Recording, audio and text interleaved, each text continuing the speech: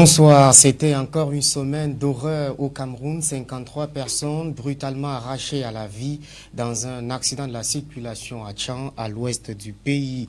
Du coup, dans le débat de Canal 24 ce week-end, nous tirons les leçons de ce drame et nous essayons de dresser les responsabilités.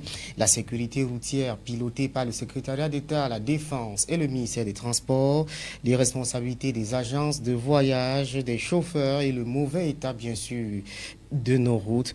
Et puis, que devraient faire les syndicats dans ces moments de tristesse et aussi les voyageurs? Pourquoi nous aussi, nous acceptons nous livrer à la mort à travers des surcharges? Débat aujourd'hui, sujet aujourd'hui au cœur de votre débat sur Canal 24 avec nos invités qui nous rejoignent progressivement. Déjà présent, Saint-Éloi Bidou, homme politique, c'est un habitué de ce programme. Déjà présent aussi, Jean Collins Defosoken, c'est le président du syndicat national des employés du secteur du transport terrestre, le Sinester. Présent aussi, comme tous les samedis, Léopold Ndassi, chef service politique du quotidien Le Messager. Encore attendu, François Bikoro, conseiller régional, et Fadima Toupabé de la communication du Rassemblement démocratique du peuple camerounais. Mais avant, la suite de l'affaire Sa Majesté Sokoundjou à l'ouest du pays et les autorités traditionnelles. La jeunesse Bamendjou avait prévu manifester ce samedi pour exprimer son soutien face à son chef. Événement bien sûr interdit par le sous-préfet de la localité. Jusqu'où ira ce feuilleton? On accueille nos invités. Saint-Éloi Bidou, merci encore d'être là. Bonsoir. Comment vous allez? Ça va bien, ça va peut-être beaucoup mieux depuis que je me suis déchargé d'un certain nombre de contraintes partisanes. Ça va beaucoup mieux. Vous avez du temps pour vous-même? Oui, j'ai le temps de m'occuper de ma propre personne, de ma famille, de mes affaires et de mon avenir. D'accord. Et maintenant que vous faites beaucoup plus dans l'entrepreneuriat, vous voudrez féliciter aussi des jeunes Camerounais établis à l'étranger qui font aussi dans l'entrepreneuriat et qui luttent contre le chômage ici au pays. Je crois que nous ne le disons pas assez pour féliciter et encourager nos frères de la diaspora positive. Exactement. Pas la diaspora racaille, la diaspora qui casse. Racaille, qui passe tout son temps à aller jeter des tomates sur le toit, dans la fenêtre du président de la République. Il y a quand même des Camerounais qui vivent à l'étranger et qui font énormément de choses. Je pense à ce jeune René Touko qui vit à Saarbrücken. Je pense à Charles Sobgui qui vit à Francfort, qui est en train d'ouvrir une grande société comme agent de joueurs. Et il a à son actif beaucoup de gars qui sont montés, qui sont professionnels. Et en dehors de ça, il fait dans le pressing, il fait dans la brocante, c'est des Camerounais, ce qui compte, c'est ce qu'ils font pour les Camerounais. Et quand vous voyez un garçon comme Gabel René Toukou qui prend de son temps pour venir implanter la boulangerie, la brocante, tout le pressing, tout ce qui suit, c'est des Camerounais qui travaillent. Et vous savez que derrière chaque Camerounais, il y a qui travaille. Il y a au moins 4 personnes qui sont prises en charge par le seul Camerounais qui travaille. Au moins 4. Je sais de quoi je parle. J'emploie 22 Camerounais. Je vois comment ils peinent à tirer leur propre famille. Bon, et je dis, je suis sûr que Ndassi, chef de desk politique, nous fera un papier sur les Camerounais, ces Camerounais de la diaspora qui sont aux États-Unis, en France, en Allemagne et autres, qui sortent du lot, qui ne sont pas la racaille. Merci beaucoup, Jean Collins Defosoken. Merci d'être venu. Bonsoir. Bonsoir, mon cher. Bonsoir à mon panel. Bonsoir aux Camerounais. Et bonne année aux Camerounais, parce qu'on est pratiquement dans le mois de janvier. Exact. C'est important. J'imagine que la semaine. D'être là, mais triste à la fois. Oui. J'imagine que la semaine a été très mouvementée pour vous. Oui, très triste. Comment vont les transporteurs aujourd'hui? Bon, vous savez, chaque fois qu'il y a un accident, on a tout fait de jeter la pierre sur les chauffeurs, voyez-vous, et ça fait que je suis immédiatement concerné. Malheureusement, lorsqu'on va maintenant aller à la table de discussion pour voir dans quelle mesure améliorer nos conditions de vie de travail, on le fera sans nous, ce qui est dramatique parce que je persiste à dire on n'aura jamais une solution à cette question triste d'accident sans que le chauffeur ne soit assis à la table pour dire son mot. Merci beaucoup d'être là, on en parlera longuement tout à l'heure. Le Pondassi, oui, vous allez bien? Je vais de mieux en mieux.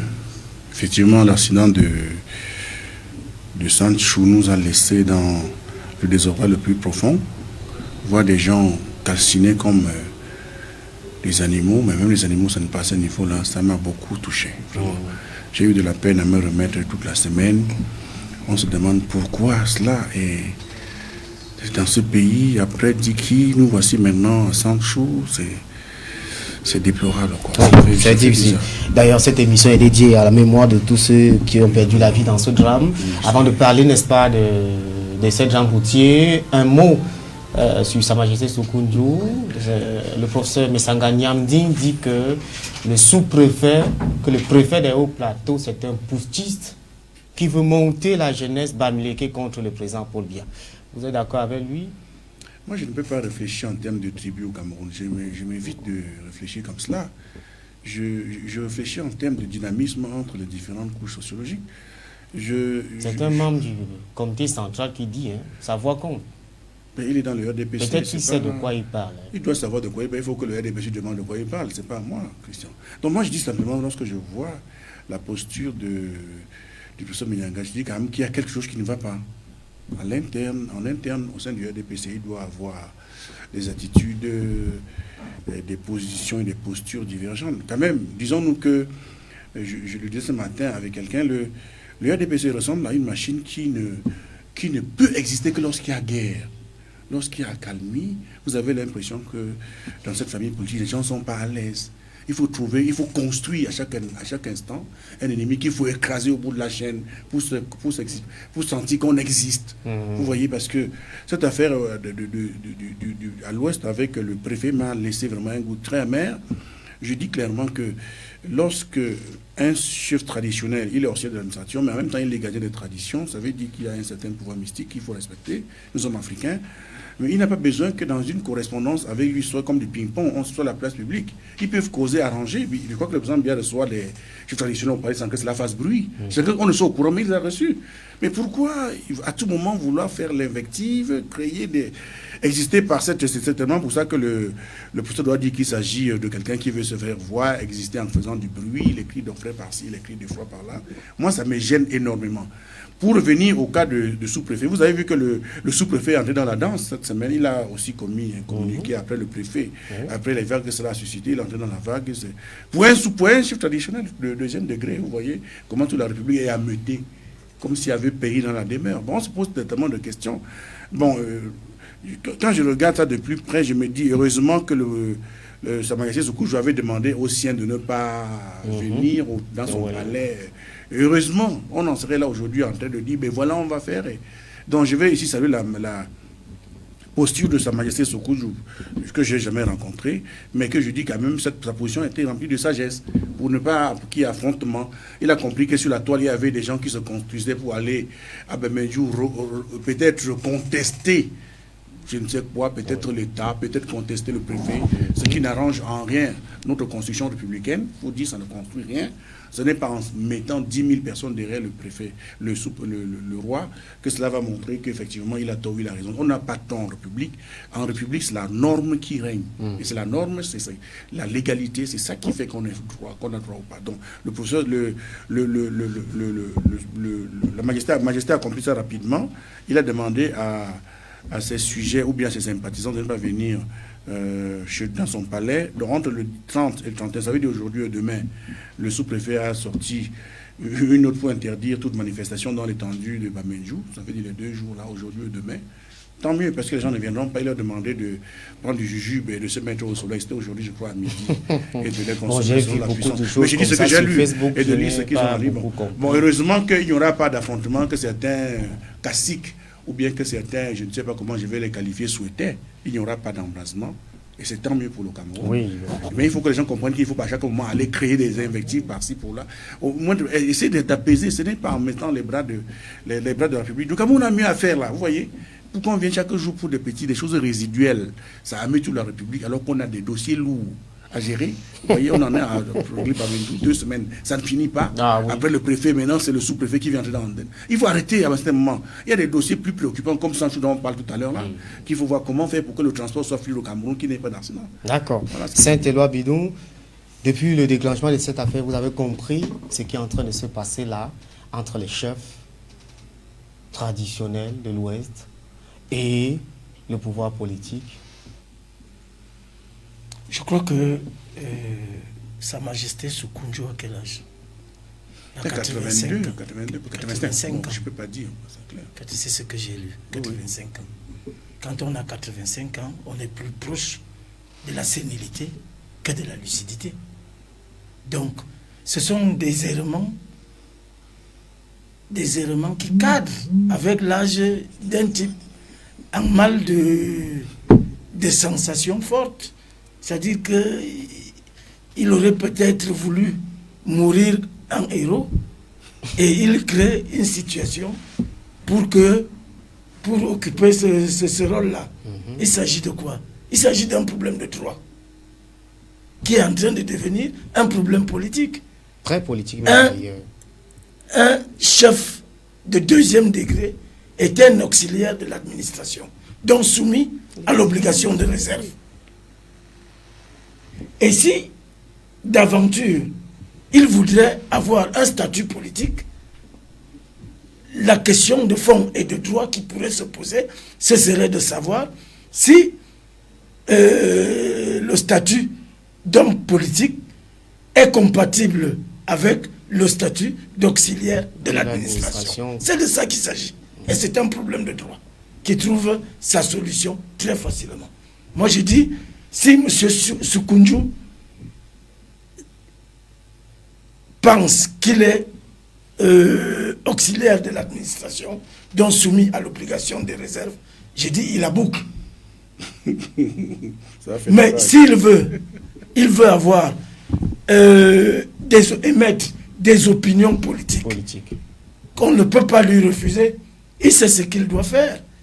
Il prend la casquette des chefs, il dépose et il prend son statut d'homme politique qui peut venir sur les plateaux débattre avec Ndassi et avec moi sans que ça ne gêne personne. En toute convivialité. Donc, en toute convivialité.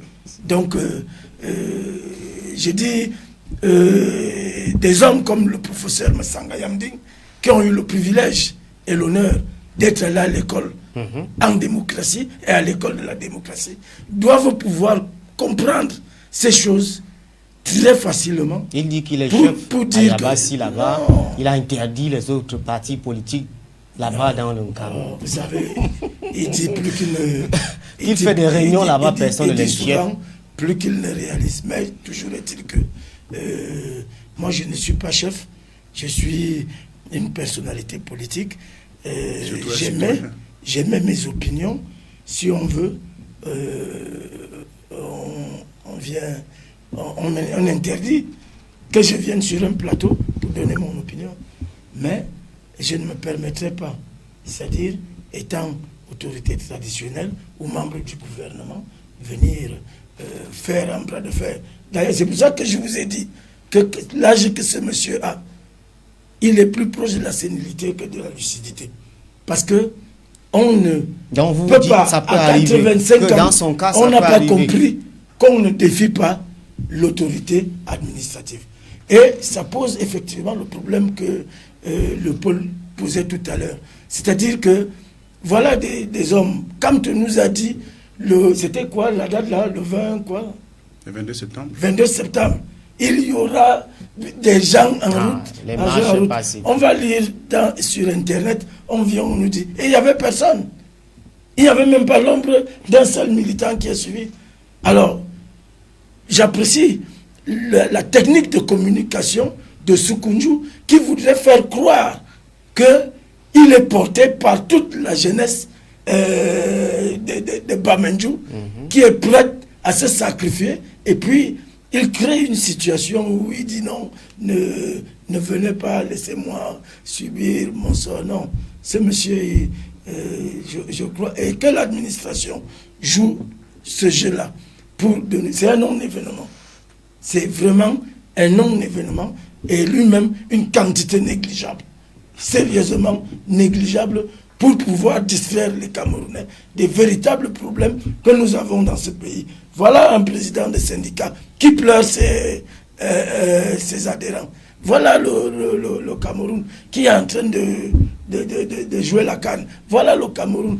Sur le plan sécuritaire, il y a des problèmes. Et on vient, on occupe l'actualité sous prétexte que on va. Ça donne une très mauvaise image, hein, parce que ça donne l'impression, et moi je ne suis pas d'accord, que certains donnent l'impression qu'ils ont plus de respect pour leur chef de village que des institutions de la République. Oui. Et voilà, ça voilà autant de confusion dans ces affaires et aussi quand en même temps. Ça commence à fustiger une partie, une tribu, un truc, Oui. tu vois un peu, ça va nous amener à quelque chose. Donc ceux qui sont derrière, habilement, qui disent à Soukoundjou, jusqu'à la gare, qu'il n'oublie jamais que Maurice Kamto, avant d'être candidat à la présidence de la République, beaucoup de gens ont cru en lui et beaucoup de gens ont investi beaucoup d'argent.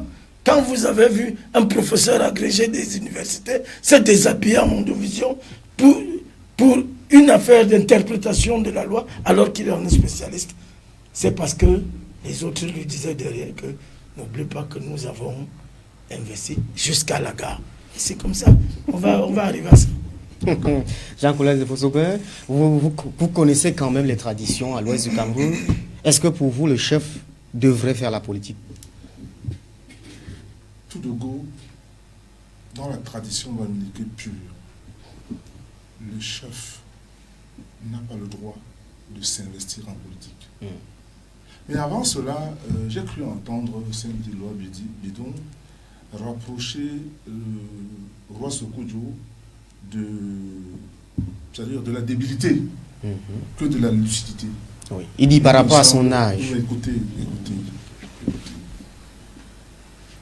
Dire que le roi Sokoudjou n'est pas lucide est une insulte qu'on ne peut pas laisser passer. Une insulte à l'endroit de qui? Je vous en prie, M. Saint-Éloi. À l'endroit de qui? Vous avez dit, écoutez, à l'endroit de roi Bamendjou, vous ne pouvez pas sur un plateau dire que c'est une impression que le roi Sokoudjou n'est pas lucide. C'est quand même, écoutez, c'est quand même gravissime de le dire. Parce que chaque fois qu'il s'exprime, nous le suivons autant que vous, M. Saint-Éloi. Moi, je ne suis pas. D'accord. Alors, comment pouvez-vous dire qu'il ressemble à quelqu'un qui n'est pas lucide alors que vous ne le suivez pas? J'ai dit qu'il est même plus proche de la sénilité. Quand on a un âge comme ça... Écoutez, M. Saint-Éloi. Écoutez, M. Saint-Éloi. Nous devons, quand on...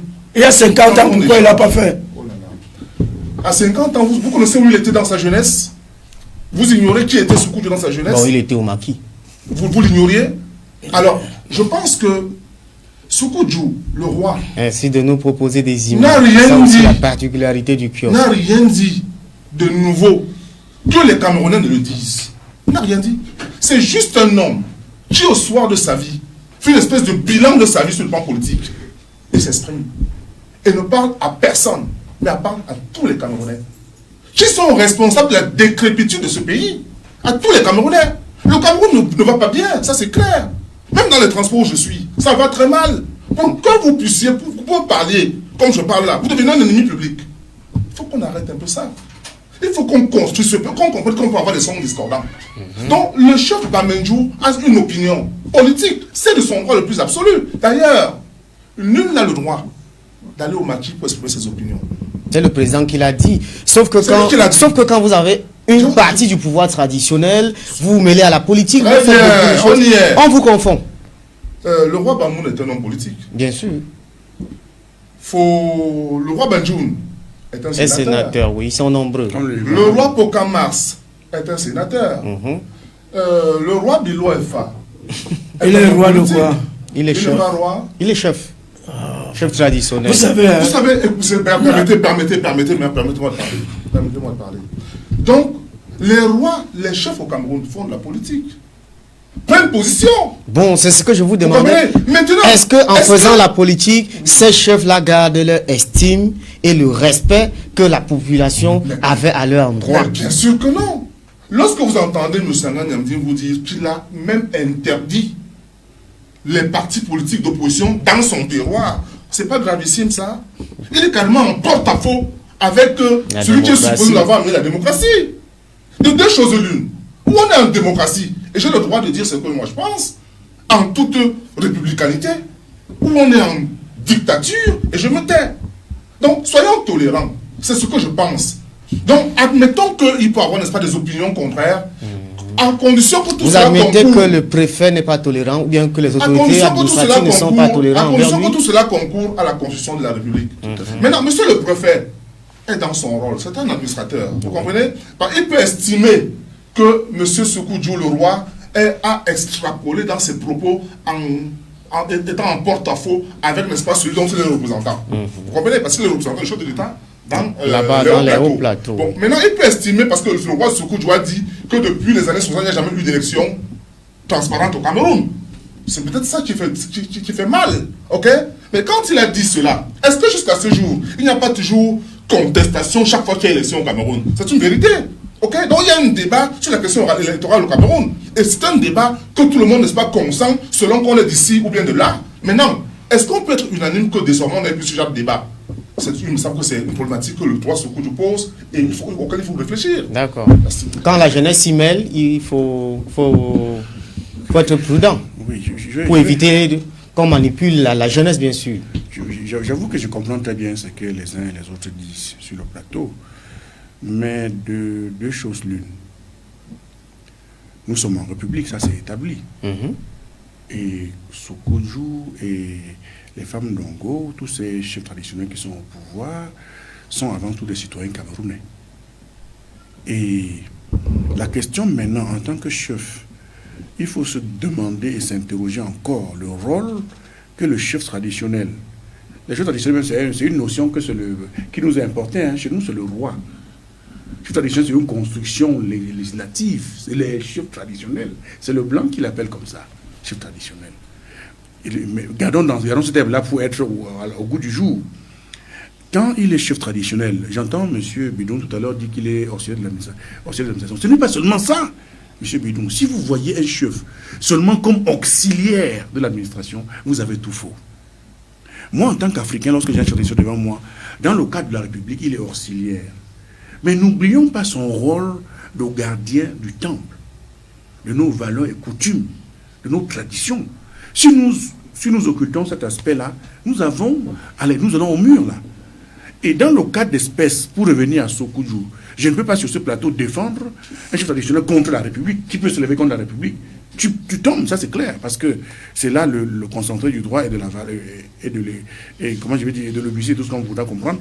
Je dis dans le cas d'espèces, dans le haut plateau, lorsque le préfet ou le sous-préfet s'adresse à Sékou-Djou, il s'adresse à lui en tant que qui?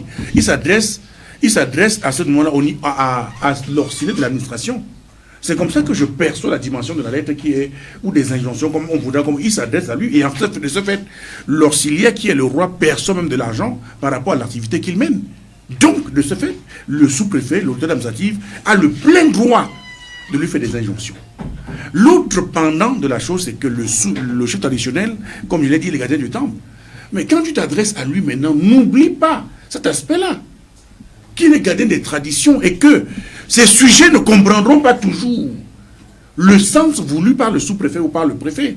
C'est pourquoi, avec ces gens-là, il faut être très, à mon sens, nos autorités administratives devaient prendre un peu plus de recul lorsqu'ils traitent avec ce genre de personnalité dans la nation. Je ne dis pas seulement à l'Ouest, de peur que M. Bidou ne pense que, parce que de l'Ouest... Non, non, non. Quel que soit l'endroit où on se trouve, vous avez vu par exemple le cas ici au centre avec comment il s'appelle, j'oublie encore le... Avec EFA. Vous avez vu jusqu'où ça... Les gens n'étaient pas d'accord du Sud, on réagit.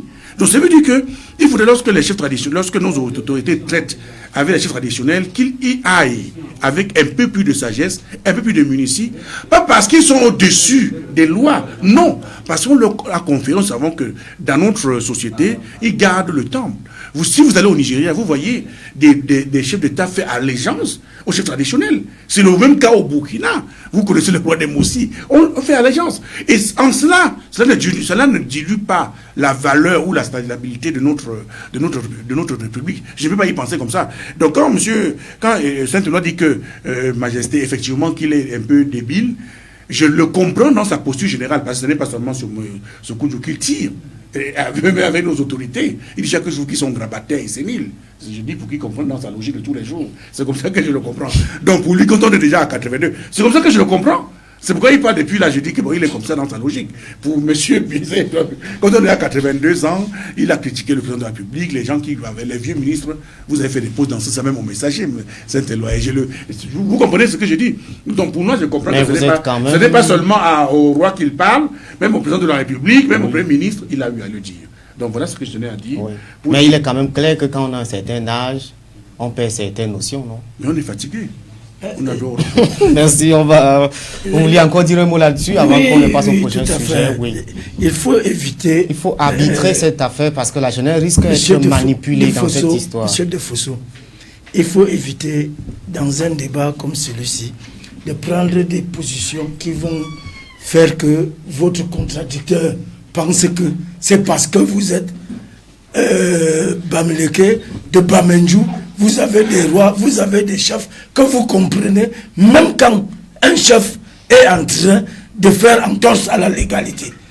Je vous rappelle encore que dans ce pays, on a vu une image où un ministre de l'administration territoriale a accepté qu'un préfet vienne se mettre à genoux pour saluer un lamido. Pourtant, le lamido est un auxiliaire de l'administration. Ce n'est pas normal. Il ne faut pas penser que ces choses-là sont normales. Quand vous allez dans vos villages, allez faire allégeance à vos chefs. Ce sont vos chefs. C'est-à-dire au-delà de Bamenjoula, Sikunju est dans l'arrondissement de Yaoundé 6. C'est un citoyen ordinaire. Donc, quand vous allez au village, allez lui faire allégeance. Mais dites-lui que l'autorité administrative, l'autorité traditionnelle est le socle de l'État. On nivelle une société par le haut et le bas se casse. C'est pour ça que je dis que si sa posture de chef traditionnel, qui ne cadre pas avec le statut d'homme politique, c'est clair, on s'en va, on démissionne. Et s'il démissionne de son poste de chef traditionnel, moi je suis sûr que sur le plan politique, s'il prend le statut d'homme politique, il sera plus utile. Il sera plus utile. Ah bon? Pas à la jeunesse de Bamenjou, mais il sera utile au Camerounais. Non, mais attends. Parce que... Excuse-moi, s'il te plaît. Si tu me dis, excuse-moi, tu peux me refuser cette faveur-là. Il n'a pas fini. Mais j'allais vous dire que le ministre de l'enseignement supérieur est un chef traditionnel. Mais il est en politique, ça n'a jamais gêné personne. J'allais vous rappeler, vous le savez, que le Premier ministre est chef traditionnel et que ça n'a gêné personne. Vous savez que... Pas besoin de démissionner. Vous savez que toutes ces personnes, par calcul politique, sont devenues chefs traditionnels. Famendongo est devenu chef traditionnel hier. Zengele est devenu chef traditionnel hier. Pourtant, il était déjà ministre. Et quand on a eu la possibilité d'avoir un Sénat, tout le monde a compris qu'il y aura des conseils régionaux, il y aura des chefs, les sénateurs, on va les puiser dans les chefferies. Tout le monde a laissé faire élire majesté. Et en fonction du statut qu'ils avaient déjà, ça n'a échappé à personne. Mais moi je dis, Sikunju est chef depuis plus de 50 ans. 60. Voilà, 60 ans. Donc il n'a pas attendu d'être... au gouvernement ou quelque chose pour aller chercher un titre de notabilité. Aller chercher un titre de notabilité. Moi, j'ai plus de respect pour Sikunju qui a accepté la notabilité depuis 60 ans que pour ceux qui sont allés chercher la notabilité pour préparer leur retraite.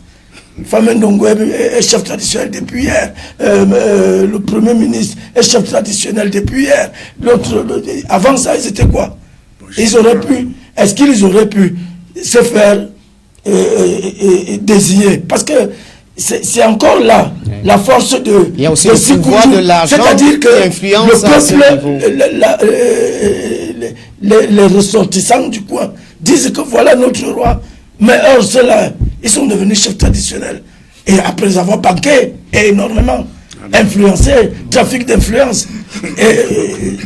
Bon, là, D'accord, oui. réagir un peu. Oui, allez-y, vous sortez Là, du c'est un sujet. autre débat que M. Saint-Toulois veut évoquer. Je voudrais déjà lui dire qu'on n'est jamais chef traditionnel pour son village, on est chef traditionnel pour tout le monde.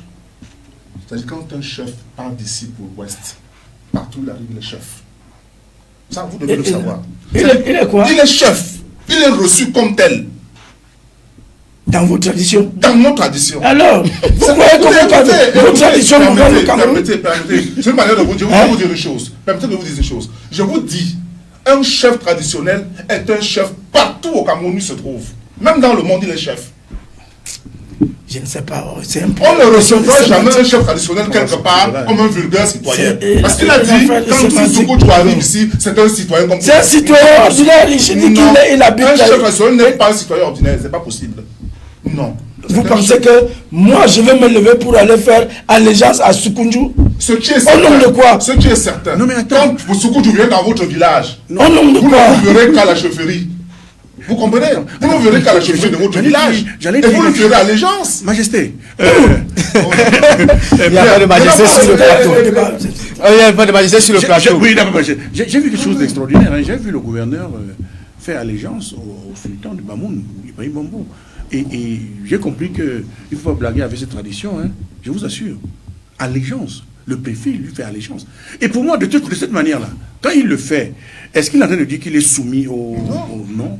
Il est en train de marquer une certaine différence, une certaine reconnaissance de ce pouvoir. Mais il ne faudrait pas que cette reconnaissance-là influe sur l'application des lois. Voilà, c'est ça.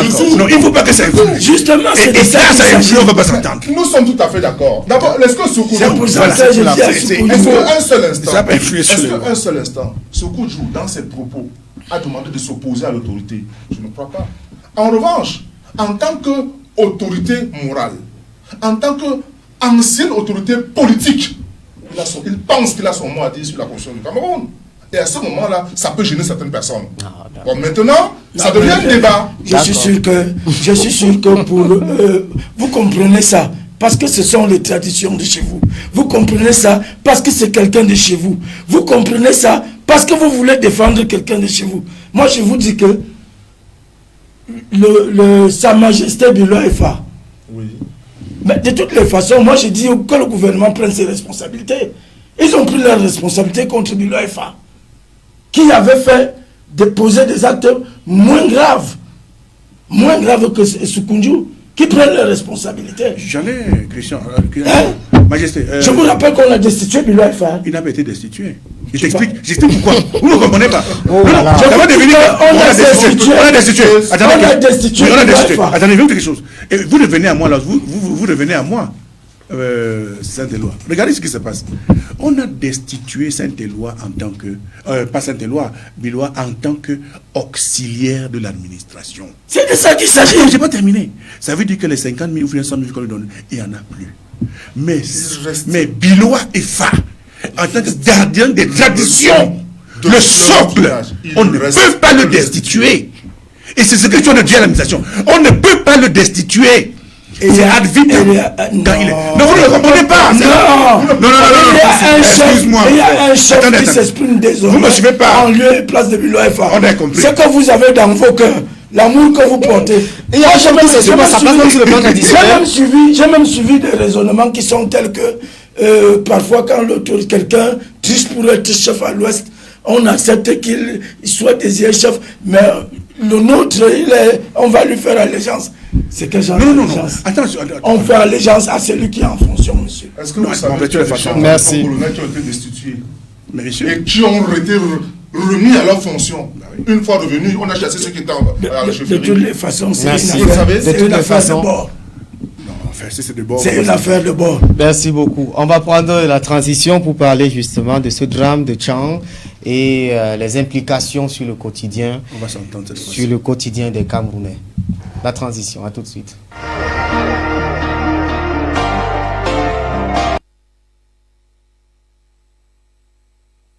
Donc, de retour au kiosque de Canal 24, cette fois-ci pour parler de ce drame. Quelles leçons tirer et qui sont les responsables de cet accident? des images hyper compliquées à regarder. 53 personnes brutalement arrachées à la vie. D'abord, le syndicaliste, vous demandez, est-ce qu'un drame comme celui-là pouvait être évité sur nos routes? Pris comme ça, ce n'était pas possible. Dans les conditions actuelles de fonctionnement, n'est-ce pas, de notre pays. Parce que le drame de Tchang est, n'est-ce pas, une agglomération, c'est-à-dire une rencontre de plusieurs contingences. De un, vous avez un chauffeur qui est parti de Douala avec un bus qui est supposé avoir 70 personnes, il était pratiquement à près de 80. 82. Alors, oui, c'est sensiblement la même chose. Alors il part dans le Douala pour Tchang, il roule aisément. Malheureusement, à la falaise, qu'est-ce qui se passe? Sa vie au cauchemar. Il rencontre un chauffeur qui sort dans le Séou. On nous parle du Nigeria, avec du carburant frelaté. Non, mais on parle de Tchang, non? On dit qu'il sortait du Nigeria. Il me semble qu'il y a pas une raffinerie à Tchang. De toutes les façons, il venait du sens inverse. Enfin, Nigeria, ça c'est nouveau. Mais on parle du carburant, la provenance du carburant. Ça peut provenir n'importe où, monsieur Scouve. Très bien. Permettez-moi d'avoir une opinion, une source d'information. Oui. Je dis, ça vient du Nigeria. Maintenant, il est dans une camionnette qui n'a pas qualité de transporter du carburant. Mais il n'arrive pas à la falaise sans passer par des contrôles routiers supposés l'interpeller. Et il faut dire que à l'entrée de la falaise de Tchang, il y a un poste frontière de police et de gendarmerie. Et de douane.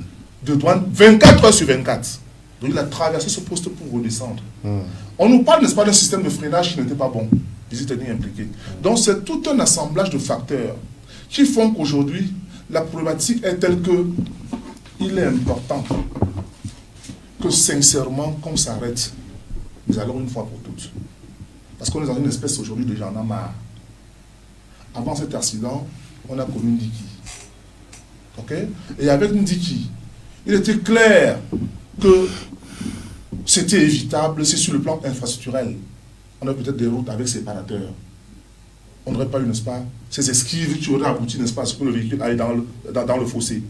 Maintenant, ici, au niveau de Tchang, vous avez plutôt quelqu'un qui transporte une marchandise interdite, mais traverse ceux qui ont qualité de l'interpeller pour qu'il ne continue pas. Vous comprenez donc qu'il y a un ensemble de choses qu'il faut, n'est-ce pas, interroger et comprendre dans quelle dynamique nous devons aller pour résorber la problématique des accidents dans notre Cameroun. D'accord. Saint-Éloi Bidou, des sanctions à titre conservatoire et après quoi? C'est-à-dire que quand il y a un accident, on suspend l'agence et après quoi? La route reste dans le mauvais état, sans rien du tout, pas de garde-fou, rien du tout. Et après un autre drame, on suspend encore l'agence à titre conservatoire. Est-ce que c'est parce que le camion avait du carburant frelaté qu'il a fait l'accident? Question. Non, il faut pas se laisser orienter dans de fausses problématiques. Il y a deux choses quand il y a un accident. Soit c'est une erreur humaine. Différence technique. Soit c'est une erreur humaine. Soit alors que la chaussée n'est pas bonne.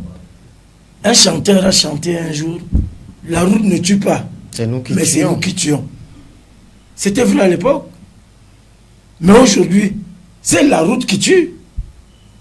Quand vous prenez une route comme celle de l'Ouest, le nombre de nids de poules qu'il y a là, et cette fois même si vous avez pris des somnifères, vous ne pouvez pas dormir.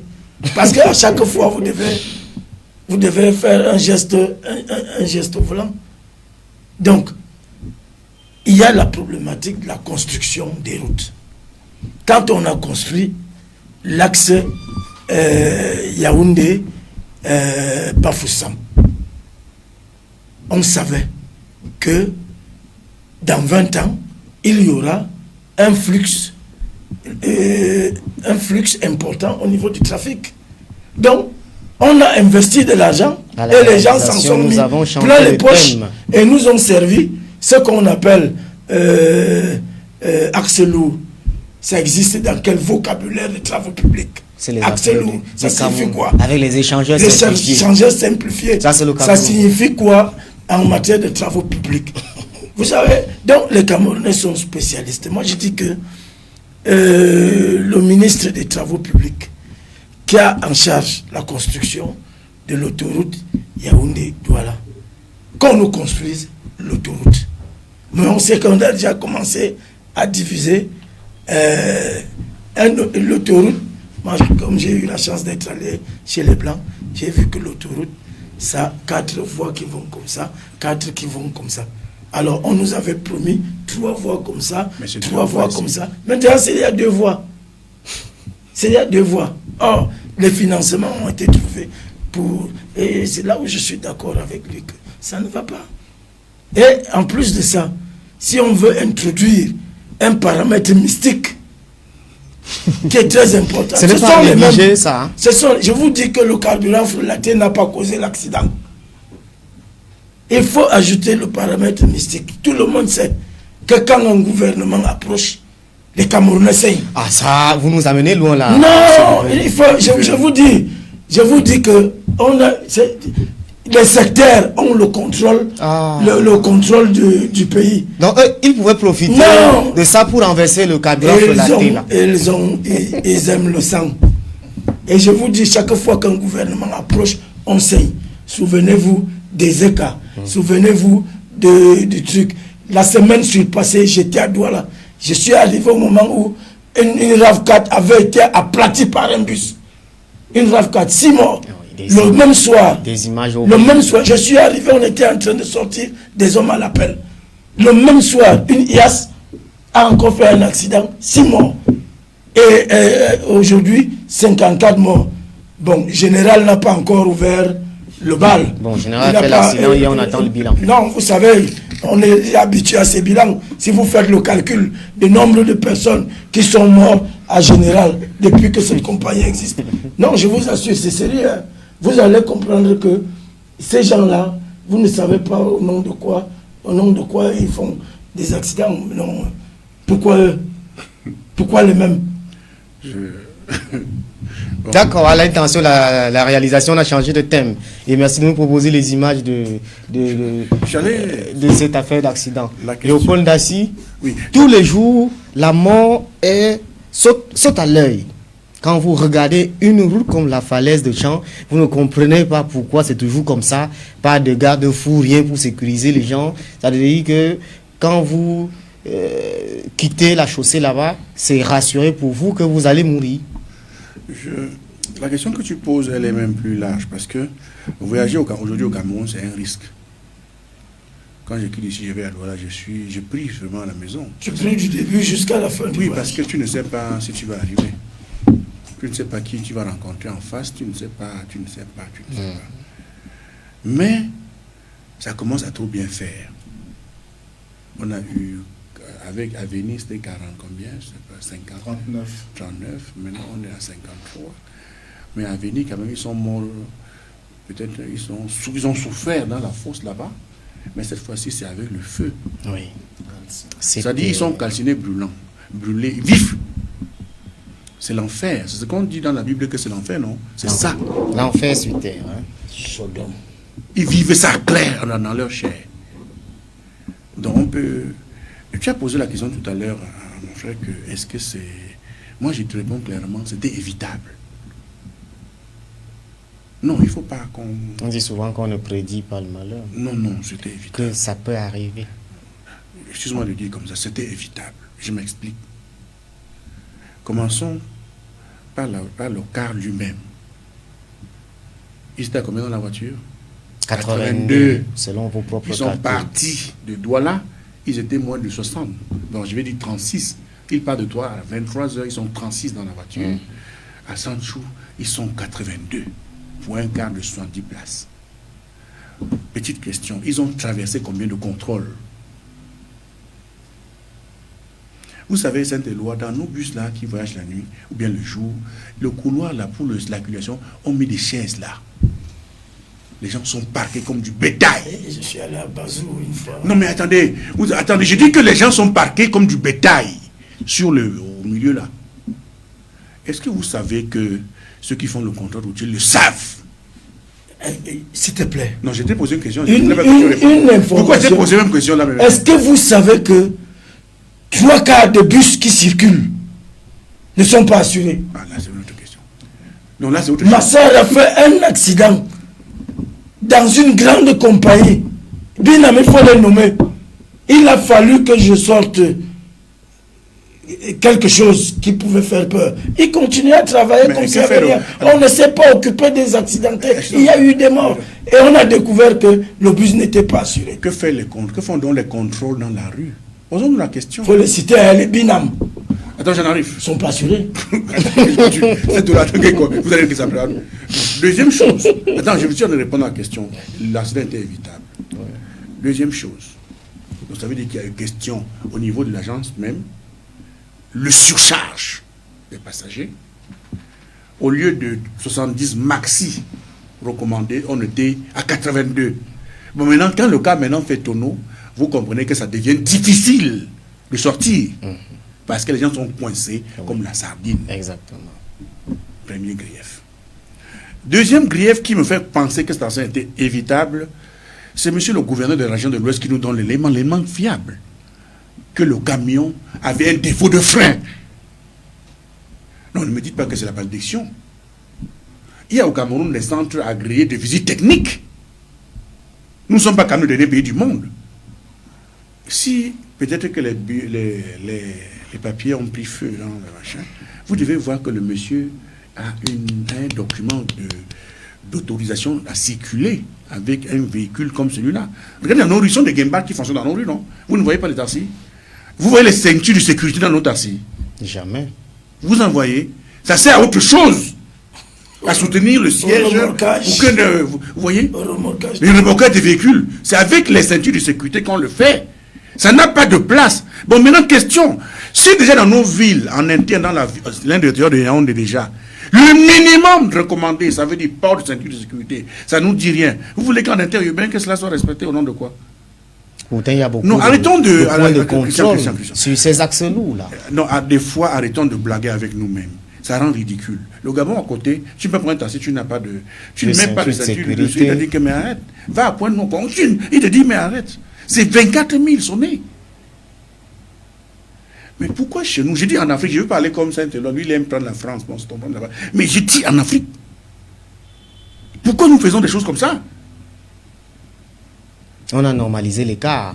Ça, tu fais En tu République. parles de grands faux français. Moi, je ne veux pas parler de grands français. Parlons simple. Christian. Écartant la norme. Bon, si tu regardes encore, Christian, regarde. Tu me demandes, c'était que fait du carburant dans une voiture Dina ou IAS? Dites-moi ce que fait le carburant dans les bidons dans une voiture.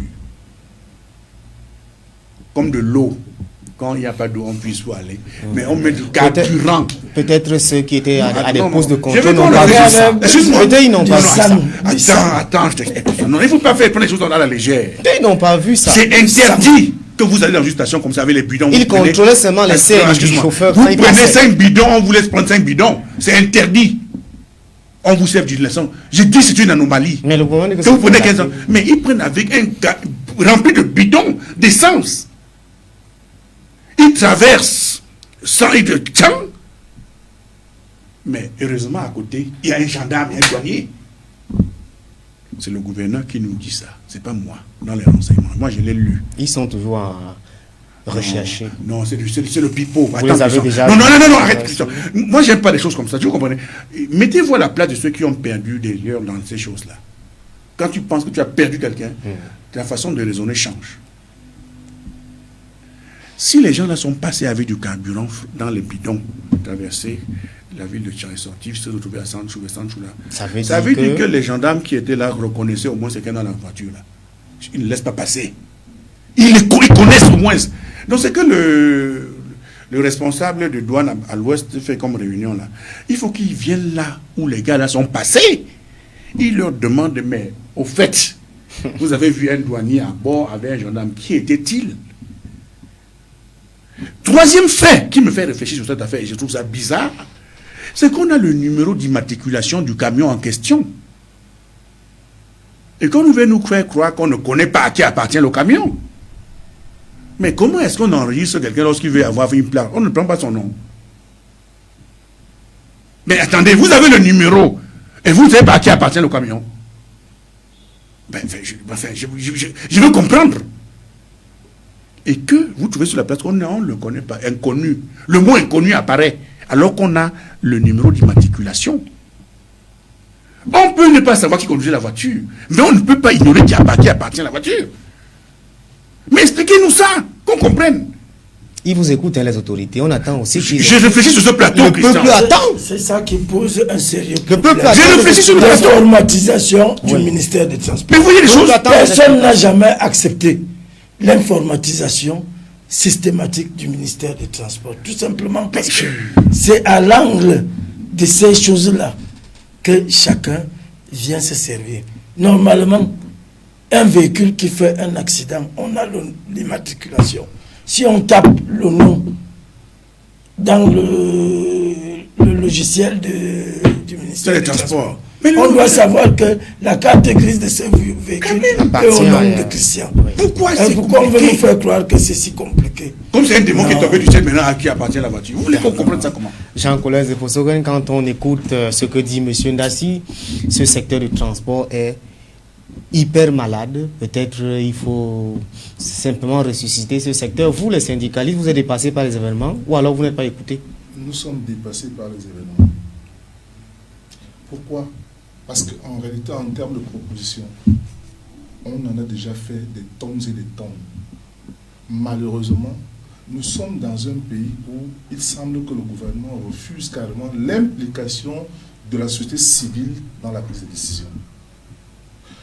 Vous savez, le chef de l'État a été conscient de ce que les accidents de route avaient pris des proportions inquiétantes et a décrété le Conseil national de transport routier depuis 1999. C'était une instance qui devait permettre que tous les acteurs au transport puissent se retrouver et réfléchir sur les solutions à apporter pour sauver les vies humaines. Parce qu'en termes, n'est-ce pas, de conduite, de transport, il n'y a pas que le chauffeur. Le chauffeur est un des acteurs. Vous avez le propriétaire d'entreprise qui est un acteur. Il parlait de bilan tout à l'heure, le général. Le patron, c'est un acteur. L'assureur, il a parlé de l'assureur, des plus qui ne sont pas assurés, qui sont les acteurs. La vie technique, c'est un acteur, voyez-vous. L'auto-école, avec le moniteur, c'est un acteur. En fait, c'est nous tous, ministère des Transports, acteurs, DGSN, acteurs, gendarmerie, acteurs. Exact. C'est nous tous. Mais nous tous, je ne suis pas dedans. J'ai peur que tu peux me mettre dedans. Non, écoutez, je parle. Et mais vous pouvez être actionnaire dans une société dans ne mêle pas nous tous comme ça pour diluer les choses.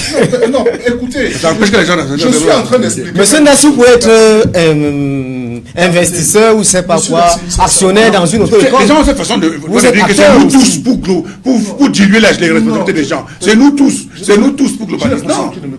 Peut-être j'ai l'impression. J'ai l'impression de m'écouter. Parce que les photos que nous avons vues à l'écran, ces personnes calcinées là, sincèrement, c'est du jamais vu. Quand même. Donc, je demande humblement qu'il est temps qu'on s'arrête. Qu'est devenu le Conaroute dont vous évoquiez tout à l'heure? Permettez. C'est devenu une réunion de luxe où on va à la primature, on boit du champagne et on signe les... Je vous rappelle qu'au Conaroute, le Conaroute, vous trouvez tout le monde au Conaroute. Sauf les transporteurs. Sauf le syndicat des chauffeurs. Ah, d'accord. Vous comprenez? Alors qu'en réalité, le Conaroute est une institution mise sur pied expressément par le chef de l'État. Pour donner au Premier ministre la plénipotence d'adresser les questions de route. Pour qu'il n'y ait plus qu'on nous parle, n'est-ce pas, de manque de solidarité gouvernementale. Non. On crée le fonds routier qui est la banque du Conaroute. Et on refuse que les syndicats de chauffeurs n'y soient. Pourtant, aucune voiture ne peut bouger sans un chauffeur. Tout ça pourquoi? Parce qu'en fait, au Conaroute, je ne vais pas mettre de gants pour parler à ceux qui sont au Conaroute. C'est ça le problème.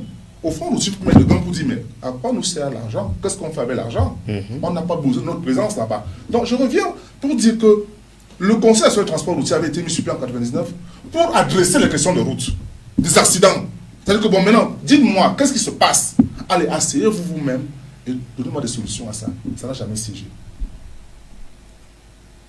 Je vois mon Conseil national de transport routier, on a encore créé en 2004 le conseil, la commission de prévention et sécurité routière.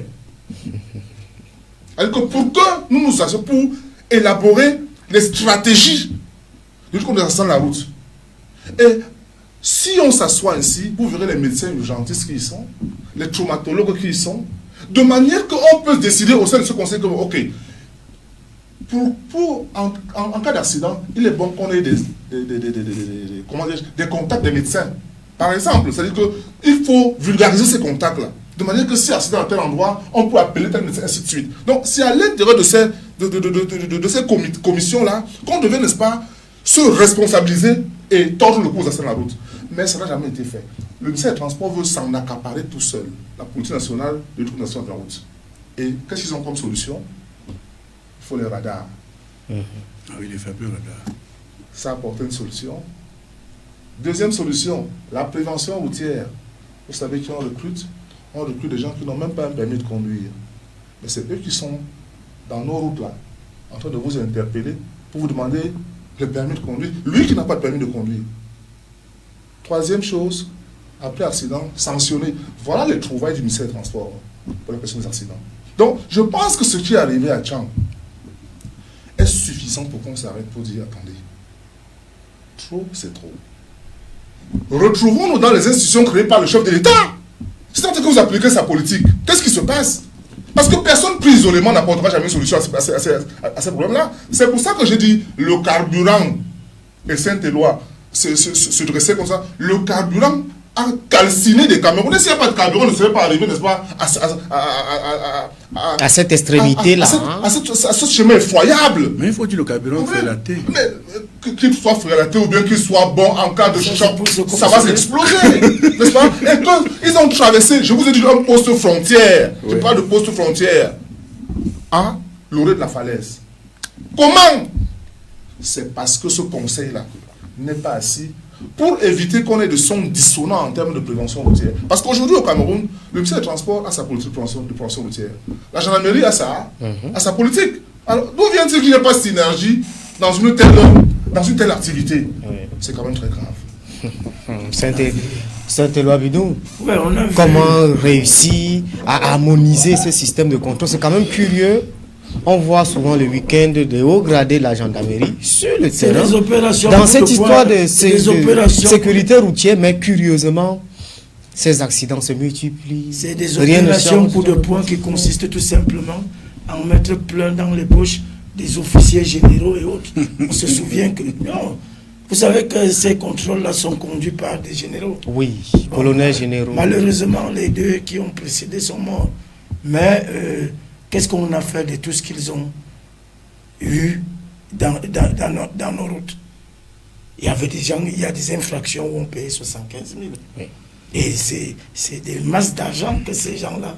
Mais c'est pas au trésor public qu'ils viennent, je pense. Hein. Le trésor public, oui. Alors il faudrait qu'on pense à nous faire les États un jour. Mais ce n'est pas ça qui est important. Ce qui est important, c'est de savoir que dans ce pays, il y a un fonds routier.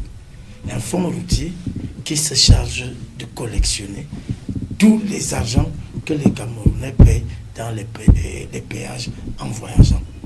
Il y a un fonds routier qui gère des péages. C'est des masses d'argent.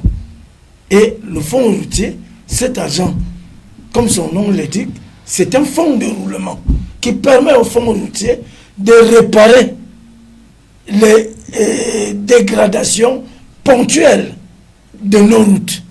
Or, quand vous regardez une route comme celle, je suis allé dernièrement à l'Est, et je voudrais quand même dire que les Camerounais sont méchants.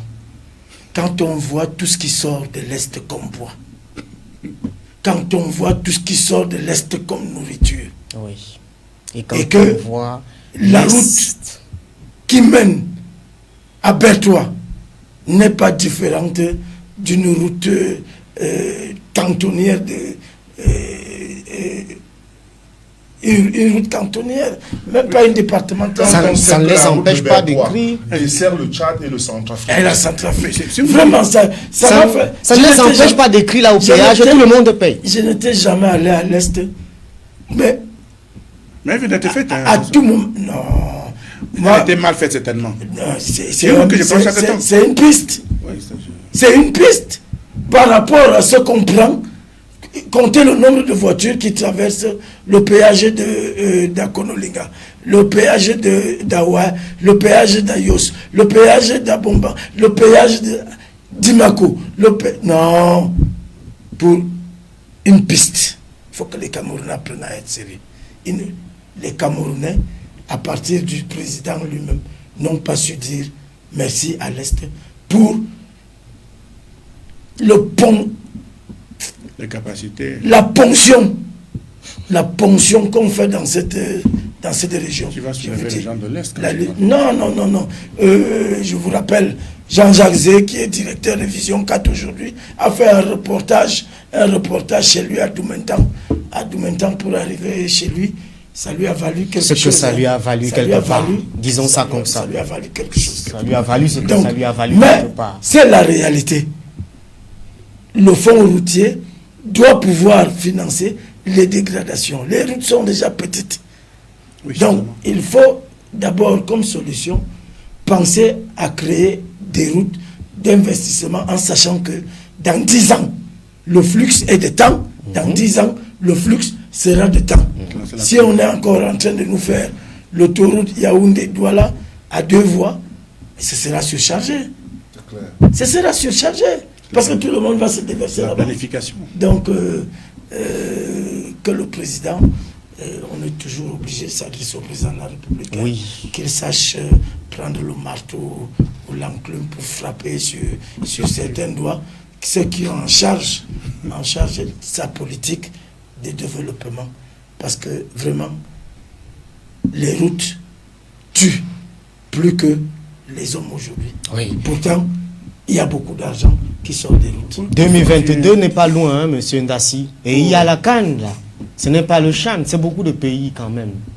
En 2022. Et l'axe Yaoundé-Bafoussam, c'est un cimetière plein. Il faut faire attention. Même Bafoussam doit là. Il faut bien voir ça. Hein. J'ai voyé là-dessus. Oui, mais Yaoundé-Bafoussam, c'est de... C'est en construction, mais... Déjà passable. C'est la catastrophe. Bon, attends, Christian. Il faut faire quelque chose sur la route. Je vais en sortant de là dire que moi je pense, contrairement à l'expert de transport, parce que du syndicat dans le domaine, je ne suis pas, je pense qu'il faut revenir à l'état général de transport au Cameroun. Vous voulez encore faire des séminaires, monsieur Ndassi, des réunions dans ce pays? C'est pas des séminaires. Quand on parle de faire des... On a fait les états généraux de la communication, non? On sait ce que ça a donné, on connaît l'Est. Tu vois, Christian, c'est la volonté politique qui manque. Hein. Vous voyez, c'est de ça qu'il est les question. états généraux de la communication ont permis de mettre la presse au pressoir. Mais ça c'est pour ça que je demande à M. Ndassi qui continue à faire les réunions dans ce pays. Non, c'est pas quasiment des réunions. Ça veut dire qu'il y a tellement de déperdition en termes d'entrée. On ne sait pas où ça va. Tu as suivi ce qu'il a dit tout à l'heure. L'argent là rentre dans les poches des individus. En s'asseyant, les différents acteurs de la chaîne de transport au Cameroun, si ça s'aille, ils vont pouvoir se dire 2 ou 3 vérités sur la gestion du flux d'argent dégagé dans ce secteur. Et il est important. Je vais te donner un exemple simple. Quand vous prenez la ligne Soa-Yaoundé, au niveau de Korfoul, il y a une barrière là-bas. Vous allez voir le nombre de voitures qui déposent l'argent à la barrière, ils passent. Moi, je dis au ministre des Finances, dépêchez quelqu'un qui va là-bas s'installer. L'argent qui est là, c'est lui qui récupère. On ne remet pas de facture ni de reçu, rien. Et après, nous mettons, nous disons, oh la corruption au Cameroun, oh la corruption. Oui. C'est comme si c'était des, je ne sais pas, c'est quelqu'un d'autre peuple. Nous sommes tellement hypocrites dans ce pays. Vous voyez? Ça veut dire, nous savons où se trouve le problème, mais tout le monde joue. Pour certains, quand ils jouent comme ça, ils disent qu'ils font la politique. En défendant certainement le président ou je ne sais plus qui. Mais ce n'est pas sérieux. C'est très malhonnête et malsain. Ça veut dire que vous voyez, voilà une barrière, les gens passent là, on prend de l'argent, on prélève. Je n'ai pas parlé de la mairie que j'essaie de comprendre. On prélève. Ce n'est pas l'unique cas. Hein. Si vous faites la ligne, par exemple, Douala-Bafoussam, quand vous traversez, il y en a tellement de villes et de villages sur la ligne, vous savez, vous avez une centaine. Vous sortez d'ici, il y a une chaîne, barrière, on prend. Tout l'argent là qu'on prend là, on met ça où? Je n'en sais rien. Mais attendez, mais à il y a des reçus quand on le fait, on prend des reçus. Il y a des factures. Dites-moi que je comprenne. Et voilà les gens. Ça veut dire que dans le transport aujourd'hui au Cameroun, ceux qui font le transport, ils sont obligés de commettre des infractions, des délits, pour pouvoir satisfaire les gens en route. Ça veut dire que pour un car de 10 places, il est obligé de prendre 15 places. Les 5 places là qu'il récolte, c'est pour payer le péage en route. Vous comprenez de quoi les questions? Et ça rentre dans les poches des personnes. Et maintenant, quand vous avez 53 personnes grillées vives, on va se taire sur ça. Il faudrait que le ministre du Transport ait la lucidité de convoquer autour de lui et qu'il demande là à la présidence et qu'il table sur cette dérive-là quand ça cesse une fois pour toutes. Il faudrait qu'il tape la main sur la table.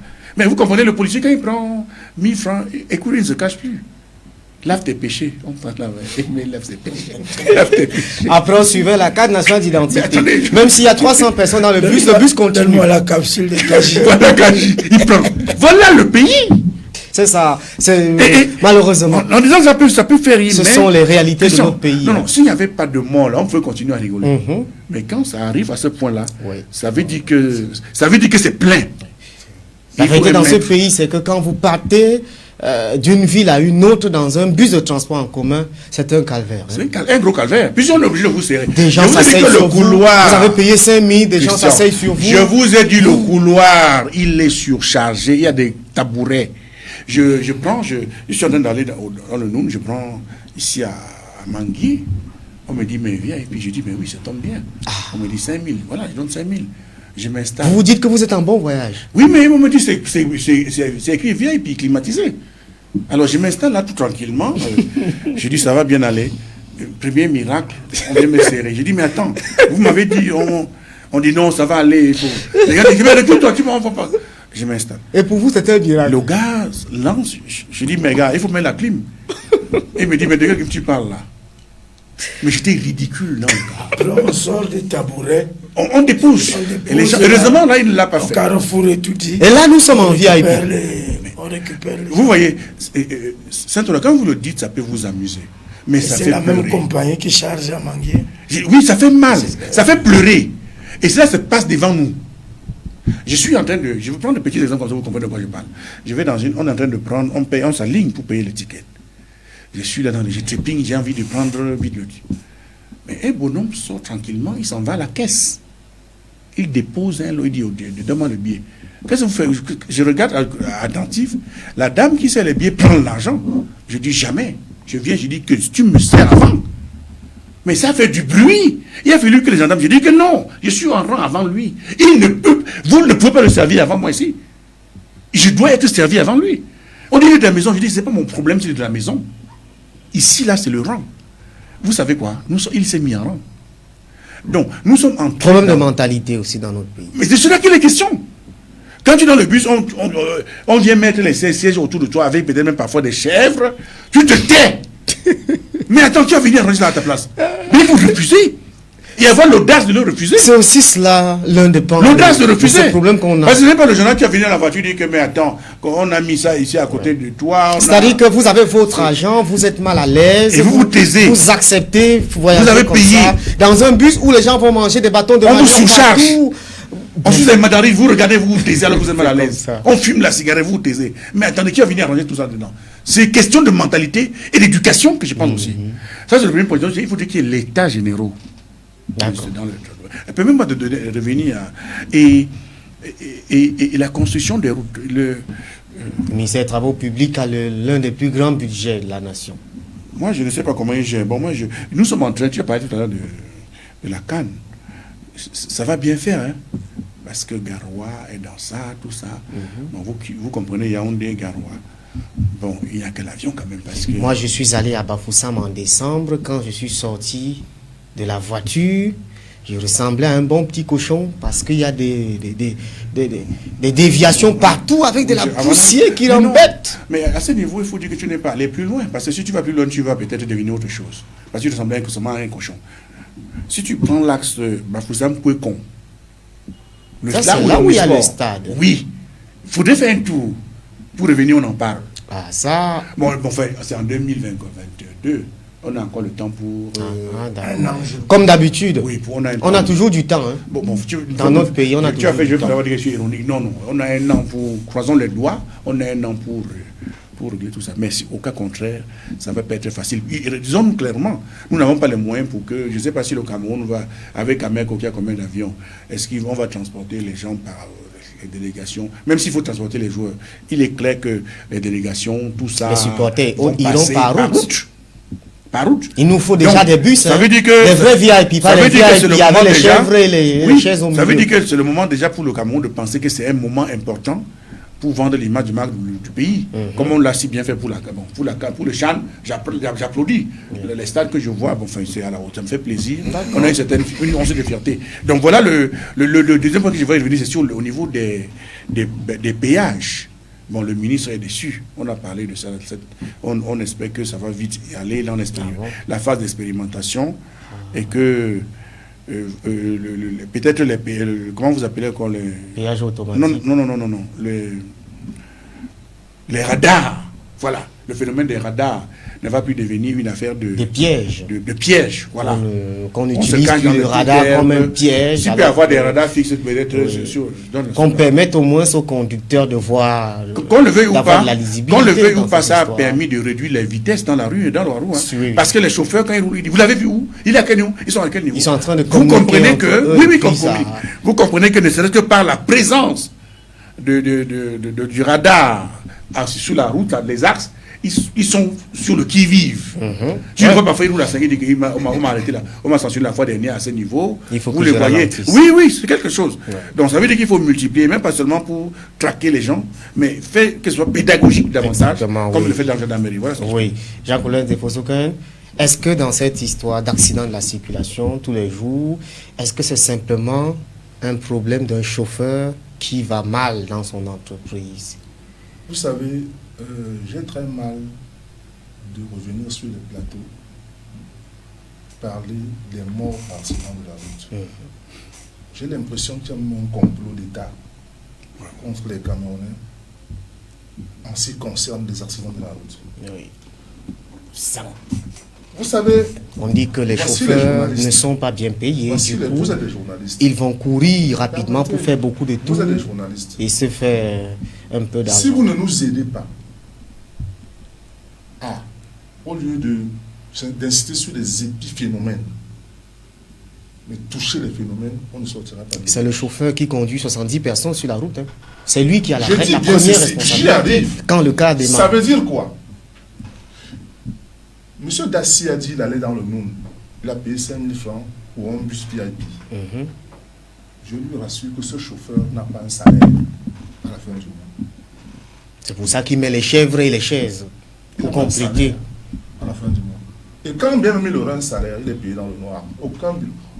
La ligne de l'Ouest là, aucun chauffeur n'a un bulletin de paie. Pas d'assurance CNPS. Je vous ai dit bulletin de paie. D'abord, il n'y a même pas un preuve qu'il y a une relation de travail entre vous et le patron. Ça, au moment où je vous parle. Ça, c'est du maquis, ça. Au moment où ils le savent. Mais je vous dis, vous les journalistes, comment vous donnez l'information? Non, vous, monsieur Tassi, vous êtes plus informé que moi. Ils sont tellement nombreux. C'est vous qui parlez, n'est-ce pas, des chaises qu'on met. Mais je l'ai vu au quotidien. Oui. Maintenant, quand on met ces chaises, vous pensez que c'est pourquoi? En tant que journaliste, tu as fait un peu de sociologie. Mais il peut y avoir de l'argent. Qui? Mais le chauffeur, très bien, pour arrondir. Je n'en sais rien. Les chauffeurs gourmands, non? Vous n'en savez rien. Mais il peut y avoir de l'argent. Il peut avoir des chauffeurs gourmands. Non, écoutez, c'est pour ça que qui va avoir le beurre et l'argent du beurre? Vous savez, mais elles sont de l'argent. Vous savez, le chauffeur d'Avenir Voyage qui a fait 39 morts l'autre jour là, je voudrais vous envoyer, demander à son patron de vous montrer quel était le carton de travail qu'ils avaient avec le patron. Le chauffeur de Menoir Voyage là, qui a échappé belle, parce qu'il est vivant, hein, Canard René est vivant. Le chauffeur qui de Menoir Voyage de Sanchou là, il est vivant. Ah bon? Je vous envoie lui demander, montre-moi ton bulletin de paye. Vous n'irez pas. Non, on en parle. On reviendra ici. Il n'y a pas de souci. Pourquoi les chauffeurs continuent à conduire dans cet état? Ne nous jugez pas, donne seulement le comptable. Je vous connais comme un homme politique qui, quand même, ça, au-delà de tout, à des moments où vous êtes rebelle. Connaissez la sorte de transport routier. C'est pas un compliment. Non. Parce que, non. Ils ont la latte. Non. C'est-à-dire que vous avez un supplément d'âme. C'est-à-dire qu'à un moment donné, vous en avez marre. Le conseil sur le transport routier n'existe pas. Pourquoi?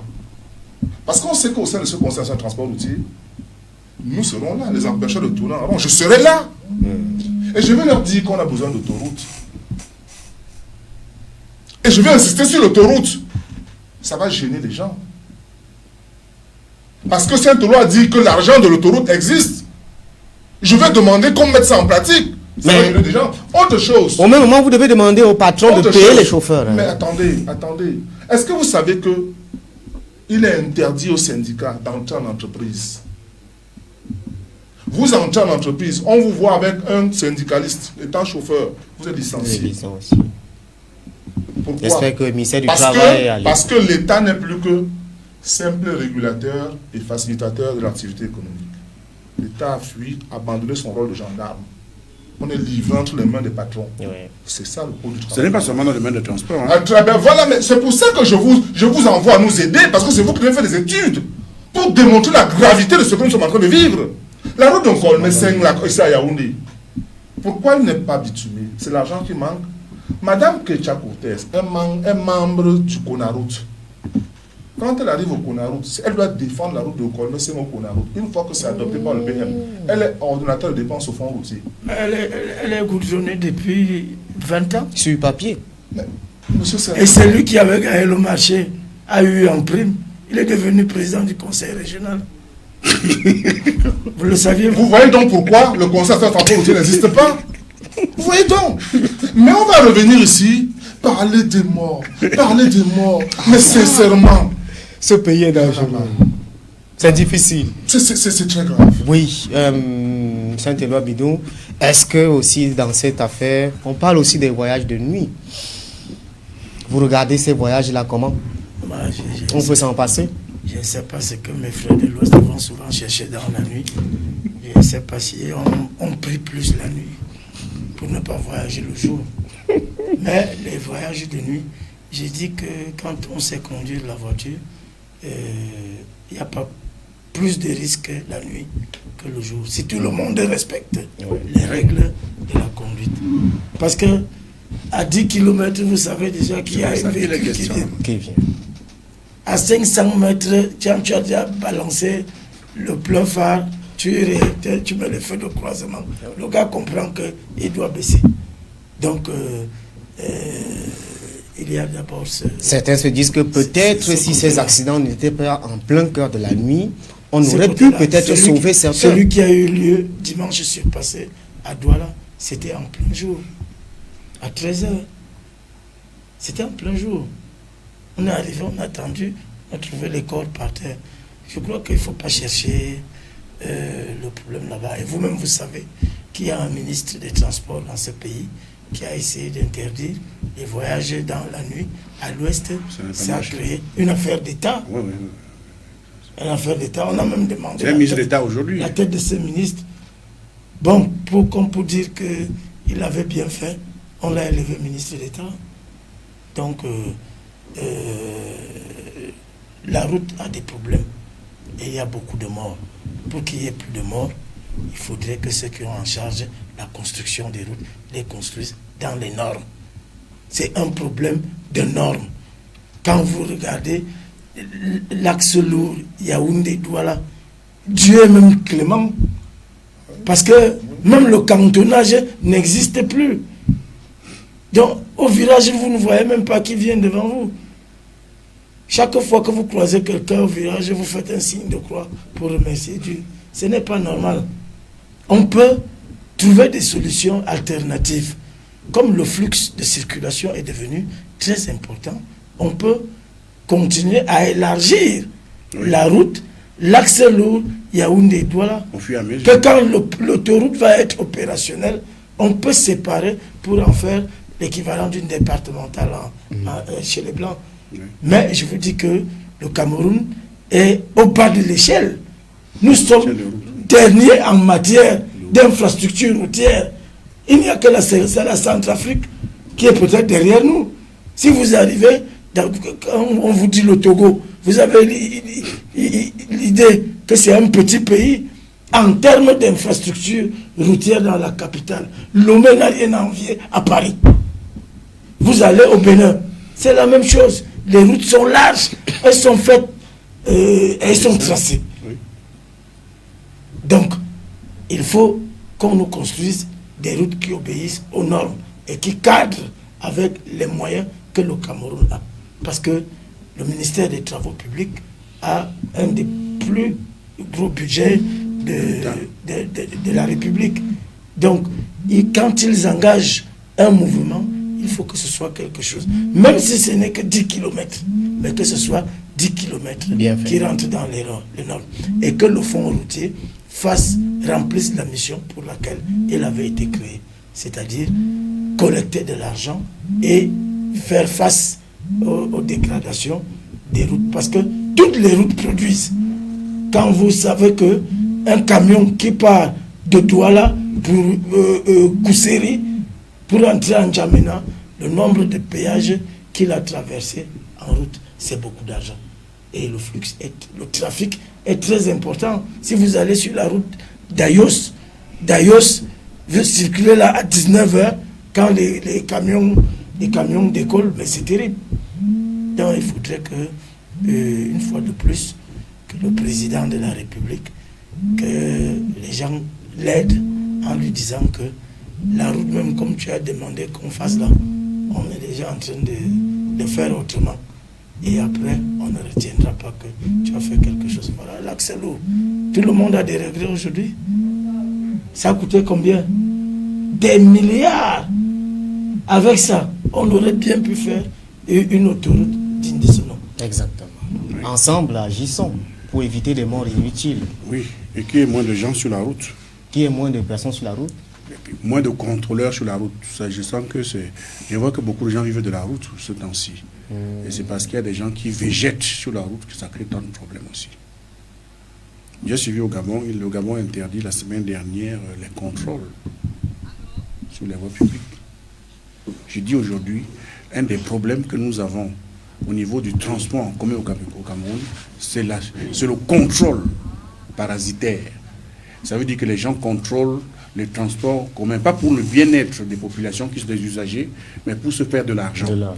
Je veux bien comprendre, quand je suis dans un taxi, je n'ai pas de ceinture de sécurité, que l'agent vienne, verbalisateur vient et dit au taximan, monsieur, veillez à ce que votre passager, votre client ait sa ceinture de sécurité. Pour sa propre sécurité d'abord. C'est ce que je demande. Or, généralement, les agents verbalisateurs, quand ils viennent, c'est pour dire, attends, lave tes péchés, des choses comme ça, vous comprenez? Au lieu de s'attaquer aux problèmes réels. Oui, comme dans les affaires dans de la COVID, vie humaine. On ne contrôle pas les masques, mais on contrôle les cartes nationales d'identité. La vie humaine, de la protection de la personne humaine. Voilà ce qu'on attend dans les transports aujourd'hui au Cameroun. Et qu'on devrait aussi attendre des syndicats qu'ils fassent la pédagogie Par exemple, des enjeux qu'il y a à combattre le Covid. Tous les taxis, c'est-à-dire qu'un taximan trouve normal qui surcharge. Oui. Mais ça ne va plus. Regardez. Alors que vous lui payez même le prix. Oui. Le prix qu'il faut pour une course. Regardez. Il faut les éduquer. Attends, j'en ai pour prendre des exemples à côté. La comparaison n'est pas raison. Au Gabon, maintenant, dans les lieux publics, quand vous, écoutez-moi bien, quand vous ne portez pas votre masque, le non-port est sanctionné entre 5 millions et 10 millions de francs CFA. Je n'ai pas dit 10 000, je n'ai pas 5 000. J'ai dit 5 millions et 10 millions de francs CFA. Donc, quand chaque Gabonais aujourd'hui, il y a couvre-feu entre 20h et 5h du matin. Donc, c'est une réalité que dans notre pays, on est accoutumé, on a une jouissance de violer les normes les plus basiques. L'incivisme est généralisé. Je ne comprends pas. Il faut rappeler cela. Comment des bus, chaque jour, peuvent être surchargés sur l'axe lourd et on ne suivait que les cas nationaux d'identité. Deuxième chose. Mais regardez aussi, le Cameroun aussi a une opportunité entre ces deux pays frontaliers, des pays voisins amis, le Tchad et la Centrafrique. C'est-à-dire, notre façon d'entretenir la route, de vivre la route, est de ce pays-là. Si nous avons des pistes, ça veut dire que nous sommes en train de jouer un coup contre l'économie de ce pays en même temps aussi. Vous ne saurez jamais ce que le Cameroun gagne dans ces relations entre transport, entre les deux pays. Frère, c'est des corridors qui produisent de l'argent. Donc ne serait-ce que par amitié, il faudrait que nous pensions à investir davantage sur ces deux corridors-là. Bon, il parlait de la route entre Ayos et Bertois. Enfin, si le Cameroun est obligé, parce que nous sommes au centre, et de ce fait, ces deux pays-là doivent être pour nous des trous d'air qui nous aident à faire mieux et à plus faire plus que d'autres pays. Mais à défaut de cela, vous avez entre quand vous traversez l'Imba à Douala, pour arriver au port de Douala, vous êtes à 10 contrôles, 5 contrôles. Vous ne comprenez pas à quoi c'est ce contrôle. Si ce n'est de prendre 10 francs là, 5 francs là, il faudrait qu'au niveau du ministère du Transport, qu'il y ait les états généraux, et que ce genre de pratique s'arrête. Si vous voulez savoir ce qu'un pays est, Christian, vous allez voir comment la route est partagée. Vous comprenez ce pays. Dans tout pays du monde, si tu veux savoir la mentalité qui guide ce pays-là, il faut voir, étudier comment la route est partagée, comment elle est vécue. Au Cameroun, vous allez voir que le soir, les gens poussent le peu est assis, les gens se mettent au milieu de la route. Hein. Bien sûr. C'est le Cameroun, ça, c'est l'esprit camerounais. Et ça ne dit rien à personne, en effet. Là, moi, quand vous essayez de dire à quelqu'un, vous êtes devant moi, il vous répond, ce n'est pas le salon de votre père ici. Voilà. Donc, ça veut dire, vous comprenez que directement, il vous répond comme ça. Ouais. Moi, je regarde, les gens sont là, ils prennent ça. C'est ça le Cameroun. Oui. Je me sers d'abord. Et parfois, on est dans une république. On va faire comment? Tu vois, les gens, à 18h, il n'y a pas le bus pour aller à Etoudi. Les gens s'avancent. Parfois, maintenant, ils envahissent la chaussée. Et le chacun veut avoir un taxi rapidement. Et je vous dis que le policier n'est pas loin. Il voit ça. Il ne se sent même pas concerné, en tout cas. Tout compris. Oui, monsieur le syndicaliste. Qu'est-ce que vous dites aux conducteurs et quel est votre vœu le plus cher aujourd'hui? Vous savez, Sainte-Éloi m'a titillé là en me demandant d'éduquer, de former, d'informer. C'est pas vous titiller, c'est un grand conseil. Vous parlez à quelqu'un qui n'a fait que depuis 20 ans le syndicalisme. C'est une bonne chose, mon cher. Je voudrais vous dire que pour éduquer, pour former, pour informer, on a besoin de proximité. Mais si déjà le gouvernement aide contre ce qu'on ne doit pas entendre en entreprise, on le trouve où pour les éduquer? Si je vais à Menoir là, je dis délégué du personnel, élection. Monsieur Menoir dit n'entrez pas dans mon entreprise. Je me plains où? Pour se plaindre, on a besoin d'argent. Il faut donc qu'on ait une protection juridique pour nous permettre d'éduquer nos camarades. Et il y a aujourd'hui une conception du syndicalisme qui date encore de Mathusalem. La relation entre le syndicaliste et le patron n'est plus conflictuelle. Aujourd'hui, non, il y a absolument un conflit. C'est le dialogue, c'est l'échange. Parce que vous ne pouvez pas demander un salaire à quelqu'un étant convaincu qu'il n'a pas cet argent-là. Oui. Vous comprenez? C'est ça le syndicalisme d'aujourd'hui. Mais les patrons continuent à avoir peur des syndicats. Vous comprenez? On voit un chauffeur en train de marcher avec un syndicaliste, on le licencie. On va les éduquer comment? Non, les taximans dont vous parlez. Aujourd'hui, on vit une insécurité manifeste dans Yaoundé. Nous, on a besoin, n'est-ce pas, qu'on puisse identifier les taximens, de manière que nos conduits de taxi, que quelqu'un qui a la qualité. On demande, il faut les identifier par le badge d'identification. Ça fait 4 ans que c'est notre tiroir du Premier ministre. Le problème aussi, c'est qu'il y a beaucoup de syndicats. Comment savoir? Est-ce que la problématique, c'est une question de beaucoup de syndicats? Les chauffeurs s'enregistrent dans beaucoup de syndicats. C'est pas ça. Quand vous êtes à bord d'un taxi, vous voyez là, il y a beaucoup de noms de syndicats. Ça a été résolu, ça. Ah, dans la création d'un fichier central. Vous comprenez? Qui est logé au ministère des Transports. Donc le syndicat n'a plus le rôle que de collecter. Maintenant, on doit vous identifier, on doit savoir qui est taximan à Yaoundé. Vous comprenez? Aujourd'hui, quand vous perdez, vous oubliez un objet dans le taxi, vous pouvez le retrouver. Et ça nous fait mal quand on reste au syndicat, on voit ça. Parce que le taximan aujourd'hui, c'est monsieur tout le monde.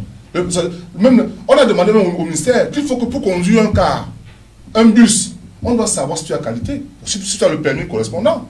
Ils sont nombreux là qui ont des permis C et qui vont conduire, n'est-ce pas, les bus de transport de passagers. Vous comprenez? C'est-à-dire qu'il n'a pas fait une auto-école qui convient à ce bus-là. On peut donc qu'il y ait un badge passant par le syndicat. Surtout quand il sait qu'il ne sera pas payé, il peut conduire n'importe quel bus. Ne demandez pas des comptes quand vous refusez de créer la proximité entre nous et nos camarades. Mais vous avez une obligation morale en tant que leader syndical. Mais bien sûr, la preuve c'est que je suis ici. Merci pour essayer, n'est-ce pas, de me prononcer. C'est vous qui nous donnez au moins de manière gratuite l'opportunité de nous exprimer. D'ailleurs, j'anime une émission tous les matins de 8h10 à 9h, qu'on m'a donné gracieusement dans une radio, à partir, n'est-ce pas, de ce que j'ai quand moins la capacité de porter le de mes camarades. Exactement. Et on fait un effort pour faire des propositions, mais qui ne sont pas appliquées. Bah, c'est nous qui avons la solution à nos problèmes. Vous comprenez? Mais on ne nous associe pas à la résolution de nos problèmes. Vous comprenez? Le salaire en entreprise est un problème, ça il faut le dire. On va vous dire, il y a la surcharge, elle ne finira jamais. Non, elle peut finir. Écoutez, vous avez dit, elle va finir. Vous pensez que je vais toucher, je n'ai pas de salaire, ok? Et puis je vais prendre vos 70 places là. Je sais que je rentre, je donne 500 000. Sans mettre mes chèvres et mes chaises. J'ai 30 000 à la fin. Non, vous mettez, on vous même en prison. Hein. Faut pas croire. Le pilote, quand il part de Paris à 6h, à minuit, il arrive à Yaoundé à 6h du matin. Vous savez comment il se comporte? Dites-nous. Quand il sort, n'est-ce pas, de son avion, il prend sa valise, il va vers le Hilton. Ok? Mais le transporteur qui vous a pris à Tchang à minuit, ok? Il arrive à Yaoundé à 6h du matin. Il doit repartir. Il va où? Il dort où? Il dort comment? Est-ce que vous vous intéressez à cet homme-là? On charge et il repart. Il repart. Est-ce qu'on s'intéresse à cet homme-là? Tu vas transporter 70 personnes. À toi là, à minuit. Il est à Yaoundé à 4h du matin. Quand il descend de son bus, on ne sait même pas où il est. Non, généralement, on lui dit, gars, rapidement, attends, là, on charge encore. Attends, mais quand celui qui le recrute, il ne s'entend pas sur ça? Ah bon, c'est très facile ça. Je vous ai dit que... Ah, mais non, il vous a dit que c'était l'État n'est acquis. plus que simple régulateur et D'accord. facilitateur d'activité économique. Bon, Et merci. vous ne pouvez pas, dans le contexte camerounais aujourd'hui, faire un bras de fer avec un patron. D'abord, vous, les journalistes, ça se vit même chez vous. Ça, c'est clair. Vous comprenez? Ça se vit chez vous. Ah, Donc c'est trop facile de dire, le patron va... On ne va pas mettre ça sur la place ici, là. On parle de transporteurs aujourd'hui. Bon. Mais ce n'est pas différent. Je Le suis mal est venu commun. que pour parler de vous. Le mal est commun. Mais nous ne sommes pas... Merci. Je n'ai pas dit que nous étions meilleurs. Hein. Pour sortir cette loi bidon, pour arranger aussi ce pays, il faut arranger d'abord les mentalités. Non, je crois qu'il faut que le ministre prenne d'abord conscience des missions qui leur sont assignées. Le ministère des Transports est un ministère vrai. technique. C'est très vrai. C'est un ministère technique et stratégique. Le ministère des Transports a sous sa responsabilité 10 des plus grosses sociétés d'État. 12 même. 12. On ajoute le BGFT et 12. Vous comprenez que DG. le domaine est technique et Complexe. stratégique. Il faut donc que le ministre des Transports gère à lui tout seul la carte grise, le permis de conduire, l'immatriculation. Et comptez le nombre de voitures qu'il y a. Et aucun ministre n'a réussi l'informatisation générale Du fichier. du sommier, de sortir un sommier. Et chacun est parti, il a pris ce qu'il pouvait prendre et on a commencé à mettre la pression sur les usagers, sur les petits transporteurs, ainsi de suite. Non, on attend que le ministre organise l'exercice des activités de transport, que ce soit terrestre, que ce soit ferroviaire, aérien, que le ministre s'en occupe. Au lieu de venir s'occuper, comme il disait tout à l'heure, on vous envoie des gens au contrôle routier en route, des gens qui n'ont même pas le permis de conduire, mais ils ont la responsabilité de venir vous verbaliser sur les pièces des véhicules. Ce n'est pas sérieux. Donc, il y a ce côté-là. Il faudrait également que le ministre des Transports ait une feuille de route. Il faut de la visibilité. Mais Bongo est devenu ministre des Transports. Il est parti. Il a fait quoi? Ngale Bibe est ministre des Transports. Il a organisé quoi? Or, au niveau des communes, je prends par exemple l'activité des mototaxis, que le président de la République a reconnu comme étant un métier et un noble métier. Tout ça a besoin d'être organisé, structuré. Ce n'est pas que dès qu'il y a un problème, on tue un mototaximan là-bas, il se retrouve là-bas, il barre la route, on envoie les musclés, Timévoune arrive avec les karchers, il les nettoie, et puis, non. Il faut réorganiser, revenir sur les missions régaliennes de ces ministères. Je crois que ça marche là. Christian, Merci beaucoup. Si tu me permets, j'ai constaté que nous sommes entrés dans une nouvelle ère. Ça veut dire avec la stratégie nationale de développement qui va aller jusqu'en 2030. J'ai suivi le gouvernement là-dessus. Et le gouvernement prévoit qu'il y aura un taux de croissance de 8,2%. Vous avez suivi le président de la République là-dessus. Ce n'est pas moi qui le dis. Ça veut dire que, quand je parle dans chaque ministère, si cela n'est pas du pipeau, nous on veut savoir comment, dans chaque ministère, ils vont opérer. Ne serait-ce que sur cette décade, c'est 10 ans, non? Ne serait-ce que dans 2 ans, qu'ils puissent nous dire que bon, voilà comment je conçois voici ma feuille de route, voilà comment je vais procéder pour pouvoir inverser les tendances. Parce que la croissance, qu'on le veuille ou pas, est globale. Ça veut dire dans tous les différents départements, tous les secteurs de la vie, on doit prendre des révolutions pour doubler ce taux-là. Passer aujourd'hui de 4%. Donc, ça veut dire que, comme dit tout à l'heure Saint-Éloi, le ministère du Transport, il a reconnu, étant stratégique, il faudrait que le ministre Gallet mette sur la table le plan qu'il a. Ce n'est plus question de gérer l'urgence, d'aller accident de train en cours derrière, de là en cours là. Non, c'est passé là maintenant. Il faudrait mettre sur la place la stratégie nationale de développement en ce qui concerne le secteur de transport. Il faut que cela soit clair. Et dans tous les secteurs, ça doit être ainsi. Et nous, en tant que journalistes, en tant que opérateurs de la société civile du Cameroun, on va être regardant dessus. Et on ne peut regarder, comprendre l'action d'un ministre que par rapport à cette stratégie qui double le taux de croissance de 4 à 8. Merci. On va arrêter là pour aujourd'hui. Merci à Saint-Éloi Bidou d'être venu encore aujourd'hui.